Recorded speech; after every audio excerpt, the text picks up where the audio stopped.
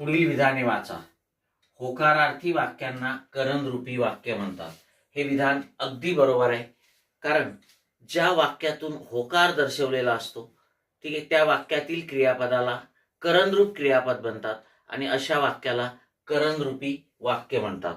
ठीक आहे. आणि ज्या वाक्यातून नकार दर्शवला जातो त्या वाक्यातील क्रियापद हे अकरणरूप असते आणि अशा वाक्याला अकरणरूप म्हणतात.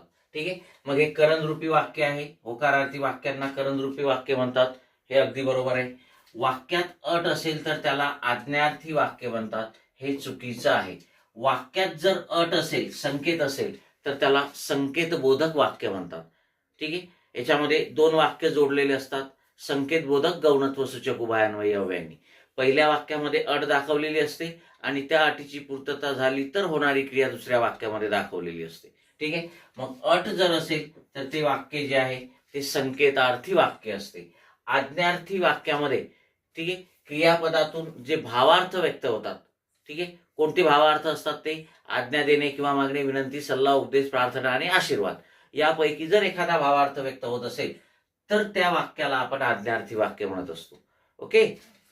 चला, तर हे विधान चुकीचं आहे. क्रियापदाच्या रूपावरून शक्यता, योग्यता, इच्छा या विषयीचा बोध झाल्यास त्यांना स्वार्थी वाक्य म्हणतात. हे सुद्धा चुकीचं आहे. स्वार्थी वाक्य कशाला म्हणायचं आपण? ज्या वाक्यातील क्रियापदावरून केवळ काळाचा बोध होतो. काळा व्यतिरिक्त इतर कोणताही भावार्थ, आज्ञा देणे किंवा मागणे, विनंती, सल्ला, उपदेश, प्रार्थना, आशीर्वाद, योग्यता, कर्तव्य, इच्छा, तर्क, अनुमान, शक्यता, अंदाज, संकेत असा कुठलाही भावार्थ व्यक्त होत नाही. केवळ क्रियापदाचा स्वतःचा अर्थ समजतो, म्हणजे फक्त काळाचा बोध होतो. ठीक आहे. तर अशा वाक्याला स्वार्थी वाक्य म्हणतात. ठीक आहे. त्यामुळे हे विधान चुकीचं आहे. शक्यता, योग्यता, इच्छा हे भावार्थ जर व्यक्त होत असतील, ठीक आहे, तर त्याला आपण विद्यार्थी वाक्य म्हणतो, स्वार्थी नव्हे. त्यामुळे हे सुद्धा चुकीचं आहे. म्हणजे फक्त एक आपलं बरोबर आहे आणि म्हणून 1 नंबरचा पर्याय फक्त ए बरोबर हे आपलं उत्तर असेल. ओके. यस.